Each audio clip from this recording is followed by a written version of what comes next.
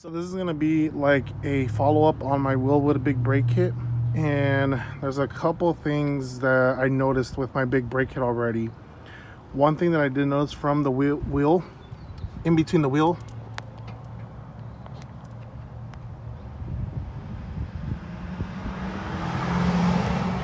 so I don't know how that happened, but that's not good.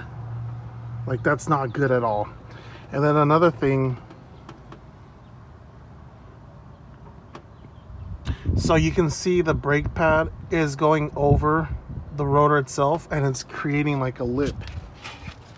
It's creating like a lip on it, and I already went ahead and I already broke off the stuff for the, this is the material that was on top right here. It was on top of this one. So I know I have everything torqued down correctly. And then another thing, my brake line is actually leaking. I went ahead and looked at another Wilwood big brake kit video install, and they used Teflon tape on the threads that right here that I actually didn't use. So I'm gonna go ahead and use Teflon tape on that, and I think I'm leaking a little bit from here as well. So I'm gonna go ahead and top off my brakes and re-bleed them at work with the machine. Good thing I caught this on time. It's been about 2 oil change cycles since I installed my big brake kit, and I'm actually a little surprised that this is going on.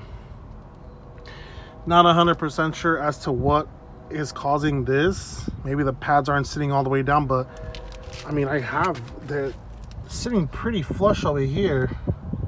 Look at that.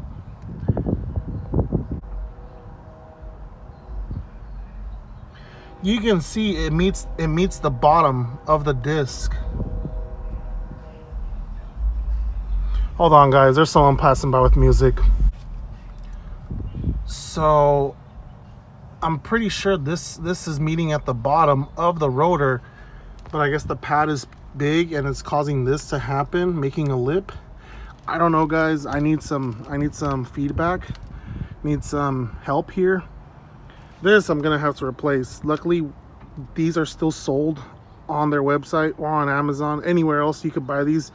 Kind of pricey. They're about $100 each, but you know, it is what it is. Big brake kit gang. And another thing, I'm probably gonna get these powder coated in emerald green or turquoise pearl, like my Celica over here. Gonna get these powder coated because I just don't like the gray. I thought I was gonna be okay with them, but just seeing them through my wheels, it looks ugly and boring. But real reason to the video as to why I'm here is because I'm actually switching out my sway bar end links. Look at this one. Oof. These are the original ones to the vehicle. About 245,000 miles, or 241. Got these new ones ready to be thrown on. Nothing special, just something from Napa Auto Parts. So let's go ahead and install these. Really easy stuff, nothing special, just bam, bam. RIP. Oh my God, Tokiko Red got blasted by the axle. Oh, passenger axle gave out. There's grease all over the place. It looks nasty. God. So I'm probably gonna have to get this axle pulled out. Oh yeah, there's, you hear that?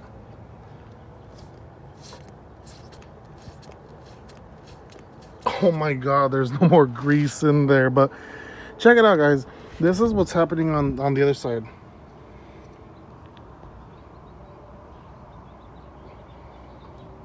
Let me know if this is normal, because if this is normal, like, yo, these pads are these brake pads are wearing out incredibly fast. Or maybe I'm gonna need some different type of pad for more street use, because yo,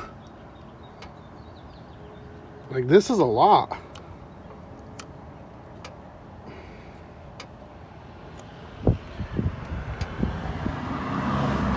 But anyone that knows big brake kits and like kind of has more, like, I guess, detail about them, I want to hear your guys' opinion. Looks like this side doesn't have a broken rotor. See, this rotor looks fine. I don't know why the other one has that crack on it. So yeah, I'm probably not going to be driving this car until I get that rotor replaced, because that's actually really dangerous. But again, we're only here to replace the sway bar end link. Might as well, since I bought both of them. So let's go ahead and do that.